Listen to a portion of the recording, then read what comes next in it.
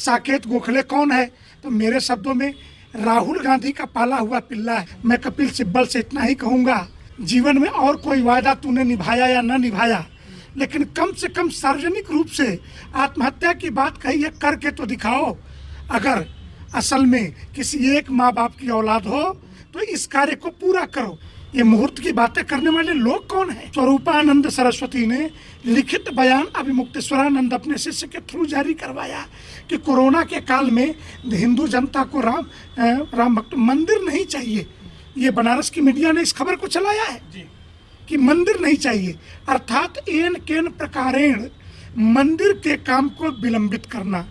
जब इससे भी बात बनती हुई नहीं देखी तो इन सभी हरामी के पिल्लों का दादा पाकिस्तान में बैठता है कि जो शिवसेना हिंदुत्व की बात करती थी, ये कह रही थी कि बाबरी ढांचा हमने तोड़ा, वो शिवसेना मदरसे में मौलवी को वेतन देने जा रही। जिस यशस्वी प्रधानमंत्री के कारण यह सब संभव जो हुआ है, वह व्यक्ति भूमि पूजन नहीं करेगा तो क्या राम भक्तों के खून से लथपथ समाजवादियों के हाथ, मैं दावे के साथ कहता हूं 90 में गोलीकांड में समाजवादी पार्टी के लखनऊ का एमएलसी और उसके गुंडे उत्तर प्रदेश के पुलिस के वर्दी में राम भक्तों पे अयोध्या में गोलियां चला रहे थे। नमस्कार, मैं निशांत आप सभी का स्वागत करता हूं दराज धर्म पर। आने वाले 5 अगस्त को अयोध्या में श्री राम मंदिर निर्माण के लिए भूमि पूजन होना है, लेकिन इसके बाद देश में सियासत शुरू हो चुकी है।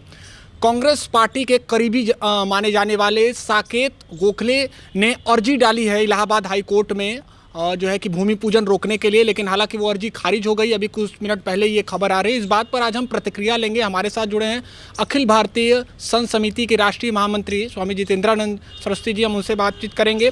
स्वामी जी, देखिए, काशी संत समाज द्वारा भी ये कहा जा रहा है इस पर कि कहीं ना कहीं जो 5 अगस्त को 12:15 पर भूमि पूजन होने वाला है, कहीं ना कहीं वो शुभ मुहूर्त नहीं है और एक बड़ी आपदा को निमंत्रण है। क्या वो शुभ मुहूर्त नहीं है? पहली बात कि संत समाज नहीं है, एक सिंगल व्यक्ति है। उनके अलावा उनके साथ कोई दूसरा नाम बता दीजिए तो मैं पूछूं। दूसरा, श्री राम जन्मभूमि पर मंदिर निर्माण के लिए 1990 से चले आंदोलन तो 1984 में प्रारंभ हो गया, लेकिन मैं नाम लेके कहूँगा स्वामी स्वरूपानंद जी की एंट्री 89-90 में हुई। तब से आज तक हिंदू हित में एक किया गया कोई पॉजिटिव काम वो बताएं। उल्टे श्री राम जन्मभूमि मुक्ति यज्ञ समिति जब महंत अवैधनाथ जी की अध्यक्षता में बनी तो इन्होंने राम जन्मभूमि पुनरुद्धार समिति बना ली। श्री राम जन्मभूमि न्यास ने जब पत्थर तराशने के काम किए और पत्थर मंगाना, तराशना, ढांचा गिरने के बाद 1992 में ढांचा गिरा 6 दिसंबर, 94 से पत्थर का काम निरंतर जारी है वहाँ। और इन्होंने उसी समय एक रामालय न्यास के नाम से ट्रस्ट बनाया। क्या देश के हिंदू जनता को यह जानने का हक है कि उस रामालय न्यास में किसने धन दिया और उस धन का आज तक क्या हुआ? आपके पास अयोध्या में 1 इंच की भूमि नहीं, आप मंदिर बनाने की बात कहाँ कर रहे थे? यहाँ तक कि जब सुप्रीम कोर्ट ने निर्णय दे दिया, निर्णय कहा कि भारत सरकार ट्रस्ट का गठन करे, तो निर्णय और सरकार के द्वारा ट्रस्ट के गठन के बीच नवंबर से 5 फरवरी के बीच में इन्होंने मध्य प्रदेश, छत्तीसगढ़ के सुदूर इलाके जहाँ अखबार नहीं जाते हैं, जहाँ के लोगों को टीवी समाचार नहीं मिलते हैं, वहाँ पे राम जन्मभूमि के नाम पर इस व्यक्ति ने सोना इकट्ठा किया। इसका हिसाब कौन देगा देश को? तो पग पग पर जिन लोगों ने बाधा खड़ी की, अब तो चेहरा सामने आ चुका है। साकेत गोखले कौन है? तो मेरे शब्दों में राहुल गांधी का पाला हुआ पिल्ला है। तो ऐसे व्यक्तियों से क्या हम हिंदू धर्म के मार्ग में रोड़े न अटकाने की अपेक्षा करें? ये जीवन के अंतिम समय, मुझे तो लगता है कपिल सिब्बल ने कहा था कि अगर राम जन्मभूमि का मंदिर निर्माण होगा तो मैं आत्महत्या कर लूँगा। मैं कपिल सिब्बल से इतना ही कहूँगा, जीवन में और कोई वायदा तूने निभाया या न निभाया, लेकिन कम से कम सार्वजनिक रूप से आत्महत्या की बात कही है, करके तो दिखाओ। अगर असल में किसी एक माँ बाप की औलाद हो तो इस कार्य को पूरा करो। मुझे ठीक से पता है, क्योंकि 1990 में मेरी उम्र 18 वर्ष की हुई थी और मेरे पर NSA लगा के बस्ती जिला कारागार में 1.5 महीने डाल दिया था इस आंदोलन के कारण। इसलिए मैं यह जानता हूँ कि श्री राम जन्मभूमि का आंदोलन और इसकी पवित्रता को कितने लोग आए और गए, लेकिन मैं बहुत साफ कहता हूँ कि आंदोलन मुहूर्त से नहीं मंदिर बनाने का है। हमें मुहूर्त नहीं चाहिए, हमें इस देश की जनता को मुहूर्त चाहिए। और मुहूर्त क्यों चाहिए? उस राम जन्मभूमि के मिट्टी में किसके अशोक सिंघल के रक्त गिरे हुए हैं। श्रद्धेय अशोक सिंघल, आचार्य गिरिराज किशोर, श्री चंद्र दीक्षित, महंत रामचंदास परमहंस, विश्वात्मा ब्रह्मर्षि बावरा जी, पूज्यपाद स्वामी वामदेव जी की आत्मा वहाँ भटकती है, क्योंकि जीवन भर श्रद्धेय महंत अवैधनाथ जी महाराज, इन सब की आत्मा भटकती है। और मैं सीधे पूछूं कि इस मुहूर्त के चक्कर में हम कुठारी बंधुओं को क्या जवाब देंगे? ये मुहूर्त की बातें करने वाले लोग कौन हैं? असल में साजिश है दूसरी। साजिश ठीक उसी प्रकार की है कि महाराष्ट्र की जनता ने शिवसेना को वोट क्यों दिया? हिंदुत्व की सरकार के लिए भाजपा शिवसेना को, और शिवसेना ने दोगलेपन में भाजपा से अलग होकर के आज सरकार बनाई। आज मेरे पास सूचना है कि जो शिवसेना हिंदुत्व की बात करती थी, ये कह रही थी कि बाबरी ढांचा हमने तोड़ा, वो शिवसेना मदरसे में मौलवी को वेतन देने जा रही है। ये आज की सूचना है। और शिवसेना अलग हो गई, मतलब बीजेपी सत्ता में ना आए तो जो परिणाम हिंदुत्व का जो वहाँ नुकसान होना था, वो पालघर में संतों की हत्या और चीखते हुए निर्दोष संत आपको मिले, ठीक उसी प्रकार की तैयारी उत्तर प्रदेश के संदर्भ में है कि कोई न कोई रोड़ा अटकाओ, कभी मुहूर्त की बात करो, कभी कोर्ट में कोरोना की बात करो। अभी 1 महीने पहले की घटना है, कपिल सिब्बल ने यह बयान दिया कि कोरोना के कारण राम मंदिर का काम शुरू होना कोई अभी जरूरी थोड़े है। कपिल सिब्बल के बयान के बाद कांग्रेस के राज्यसभा सदस्य विवेक तनखा का यही बयान आया, तत्काल ही प्रशांत भूषण का यही बयान आया। इसके बाद 2 दलित नेता आगे किए गए, उदित राज और दिलीप मंडल, इन दोनों ने यह बयान दिए कि अयोध्या में अभी राम मंदिर जरूरी नहीं है। और जब ये लगा कि इससे बात नहीं बन रही, तो स्वरूपानंद सरस्वती ने लिखित बयान अभिमुक्तेश्वरानंद अपने शिष्य के थ्रू जारी करवाया कि कोरोना के काल में हिंदू जनता को राम भक्त मंदिर नहीं चाहिए। ये बनारस की मीडिया ने इस खबर को चलाया है जी, कि मंदिर नहीं चाहिए, अर्थात एन केन प्रकारेण मंदिर के काम को विलंबित करना। जब इससे भी बात बनती हुई नहीं देखी, तो इन सभी हरामी के पिल्लों का दादा पाकिस्तान में बैठता है और पाकिस्तान के प्रधानमंत्री के निर्देश पे पाकिस्तान के विदेश मंत्रालय के प्रवक्ता ने प्रेस कॉन्फ्रेंस की और यह कहा कि हिंदुस्तान में सुप्रीम कोर्ट के द्वारा इंसाफ नहीं हुआ है, मुसलमानों का इंसाफ अधूरा है, इसलिए अयोध्या में श्री राम जन्मभूमि पर मंदिर निर्माण का कार्य रोक दिया जाए। आप आश्चर्य नहीं करते कि पाकिस्तान के विदेश मंत्रालय प्रेस कॉन्फ्रेंस करके ऐसा कहे?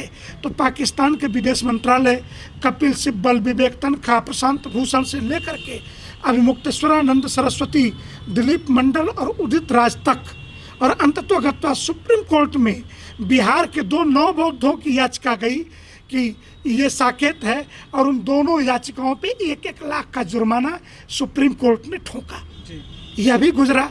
तो इन बाधाओं को पार करते हुए हमें आश्चर्य नहीं है कि 5 अगस्त तक कोई नई बाधा न खड़ी हो, लेकिन हिंदू समाज को, देश के संतों को अपने असल दुश्मन, असल जो नीति नियंता हैं, इन दोनों का फर्क तो करना। जिन्होंने अशुभ मुहूर्त की बात की, उन्होंने एक इसी बयान में ये भी जोड़ा है कि हमने पहले ही आगाह किया था कि विश्वनाथ मंदिर से जो छेड़छाड़ हुआ है उसको लेकर एक बड़ी आपदा जो है कि आएगी, और उनका ये मानना था कि कहीं ना कहीं वहाँ पर जो है छेड़छाड़ हुआ है विश्वनाथ मंदिर में। अगर इस दृष्टि से देखें तो आपदा तो अमेरिका पे आई, आपदा तो इटली पे आई, आपदा तो ब्राज़ील पे आई, तो हम यह क्यों नहीं कह सकते हैं कि एंटोनियो माइनो गांधी के नैहर पे आपदा सबसे ज़्यादा पड़ी, मंदिर के छेड़छाड़।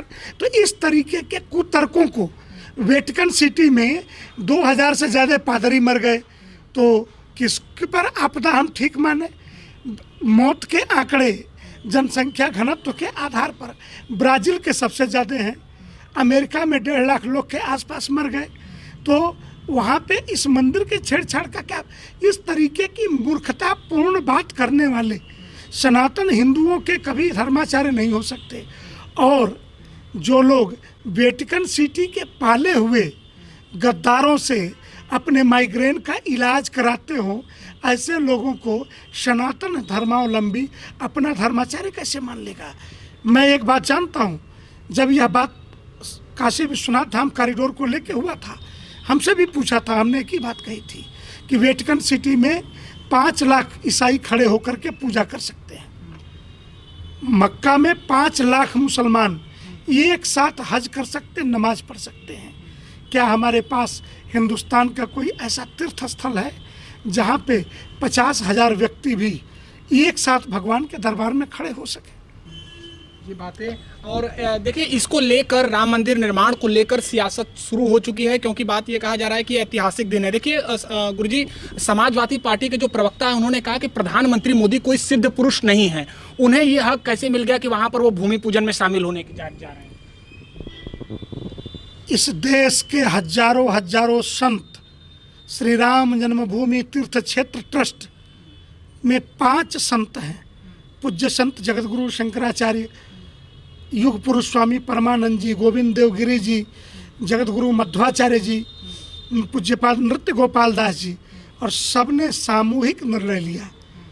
क्या आपको यह आलोकित नहीं होता है कि जम्मू कश्मीर से धारा 370 हटने के बाद तोड़े गए 50,000 मंदिरों का जीर्णोद्धार कराने का सामर्थ्य किसी के अंदर है तो इस देश के यशस्वी गृह मंत्री अमित भाई शाह के अंदर है। 5 अगस्त उसकी पहली वर्षगांठ है, ये आपको अंदाजा नहीं होता है। और हिंदुओं के आंसू पोंछने का काम किसने किया? इस देश की सुप्रीम कोर्ट फैसले देने से भाग क्यों रही थी? इसी सुप्रीम कोर्ट ने कहा था कि भगवान श्री राम हमारी प्राथमिकता में नहीं है, लेकिन 2019 के प्रचंड जनमत ने सुप्रीम कोर्ट को यह सोचने पे मजबूर कर दिया कि अब हिंदू एकजुट है और राम इसकी प्राथमिकता में है। इसलिए राम जन्मभूमि पर सुप्रीम कोर्ट के संविधान बेंच का सर्वसम्मत फैसला राम जन्मभूमि के पक्ष में आया।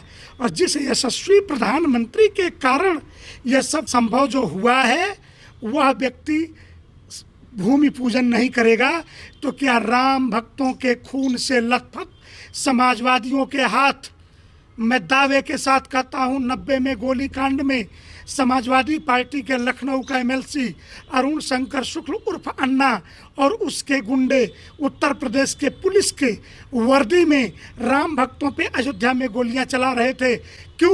क्योंकि राम भक्तों पर गोली चलाने से यूपी पुलिस ने इनकार कर दिया था और उसके 2 जवानों ने तो इस्तीफा देकर के अपनी बंदूक भी जमा कर दी थी। तो इस इतिहास से कौन नहीं वाकिफ है? वो समाजवादी हमें बताएंगे जिनके बच्चे बच्चे के खून अयोध्या के चप्पे चप्पे पे राम भक्तों के खून से जिनके हाथ रंगे हुए हैं, ऐसे टुच्चे समाजवादी हमें बताएंगे कि भगवान श्री राम लला की जन्मभूमि पर मंदिर का शिलान्यास, भूमि पूजन कौन व्यक्ति करेगा? ये हमारा अधिकार है कि हम किससे कराएंगे। तुम होते कौन हो या पूछने वाले? बिल्कुल, बात कर लिया जाए। देखिए खबर ये भी आ रही है कि कर्नाटक में जो है कि बकरीद की तैयारी चल रही है, लेकिन सवाल यहाँ पर यह है कि जब अयोध्या में, उत्तर प्रदेश के अयोध्या में जब भव्य राम मंदिर निर्माण शुरू हो रहा है तो उसको लेकर विपक्ष, कांग्रेस हमलावर है, ये कह रही है कि कहीं ना कहीं अनलॉक 2 के नियमों का उल्लंघन है। सीधे सीधे कैसे वहां पर 300 से ज्यादा लोग इकट्ठा हो जा रहे हैं, यानी दोहरी नीति। ये किसने कहा कि अनलॉक का उल्लंघन है? एक व्यक्ति से दूसरे व्यक्ति के बीच में 3 फीट की दूरी कम से कम रहनी चाहिए जी। मानक यही है ना, 1 मीटर की दूरी बना के रखनी है। क्या पूरे दुनिया के कैमरे अंधे हो जाएंगे क्या? आप सभी सम्मानित चैनल वहां से लाइव करने वाले हैं, क्या हिंदुस्तान या पूरी दुनिया का हिंदू नहीं देखेगा क्या कौन कितनी दूरी पर बैठा हुआ है? तो ये अनावश्यक बातें करना कि अनलॉक का उल्लंघन है, कोरोना का, फिर बात वही घूम के कोरोना पर ही आ जाती है, उसी कोरोना पे आ जाती है। और कौन कहता है इस पूरे कालखंड में जमातियों ने सबसे ज़्यादा इस देश में कोरोना फैलाए, नमाजें पढ़ी चुपके चुपके, मस्जिदों को बंद करना पड़ा। और वो लोग हमसे पूछते हैं, हमारे पास 70 एकड़ के ज़मीन पर 300 लोग अगर बैठेंगे तो आप हमें बताओ 70 एकड़ जमीन कितनी होती है, जरा वर्ग फीट में लाखों वर्ग फीट में 300 लोगों की बैठने की व्यवस्था है। और हमको तुम कहते हो कि हम अनलॉक के नियमों का या इस लॉकडाउन के नियमों का उल्लंघन करेंगे। अरे इस झूठ और पाप से डरो, अन्यथा अभी तो इस देश की जनता ने तुम्हें विपक्ष में बिठाया है, लेकिन संतों के विरुद्ध झूठ बोलने के कारण कहीं तुम्हें ऐसे हालात में न पहुंचा दे जहां तुम कुछ बोलने के लायक भी न बचो।